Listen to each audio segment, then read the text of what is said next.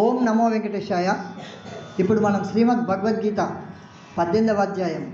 మోక్ష సన్యాస యోగంలో 50వ శ్లోకం చెప్పుకునే ప్రయత్నం చేద్దాం. సిద్ధిం ప్రాప్తో యథా బ్రహ్మ సిద్ధిం ప్రాప్తో యథా బ్రహ్మ సిద్ధిం ప్రాప్తో యథా బ్రహ్మ సిద్ధిం ప్రాప్తో యథా బ్రహ్మ తథాప్నోతి నిబోధ మే తథాప్నోతి నిబోధ మే తథాప్నోతి నిబోధ మే సమాసేనైవ కౌంతేయ సమాసేనైవ కౌంతేయ సమాసేనైవ కౌంతేయ నిష్ఠా జ్ఞానస్య యా పరా నిష్ఠా జ్ఞానస్య యా పరా నిష్ఠా జ్ఞానస్య యా పరా సిద్ధిం ప్రాప్తో యథా బ్రహ్మ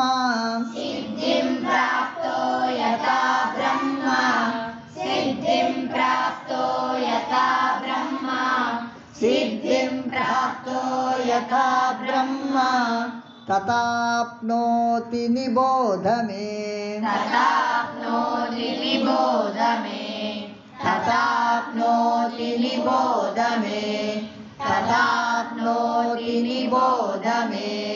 సమాసేనైవ కౌంతేయ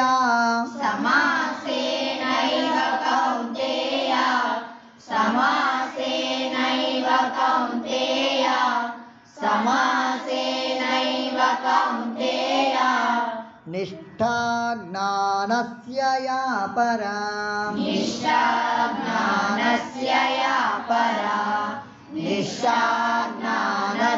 యా పరా నిష్ఠా జ్ఞానస్య యా పరా సిద్ధిం ప్రాప్తో యథా బ్రహ్మ తథాప్నోతి నిబోధ మే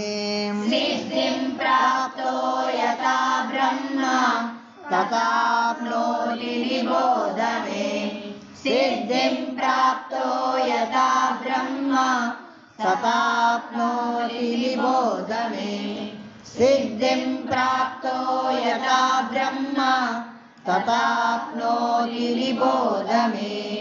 సమాసేనైవ కౌంతేయ నిష్ఠా జ్ఞానస్య యా పరా నిష్ఠా జ్ఞానస్య యా పరా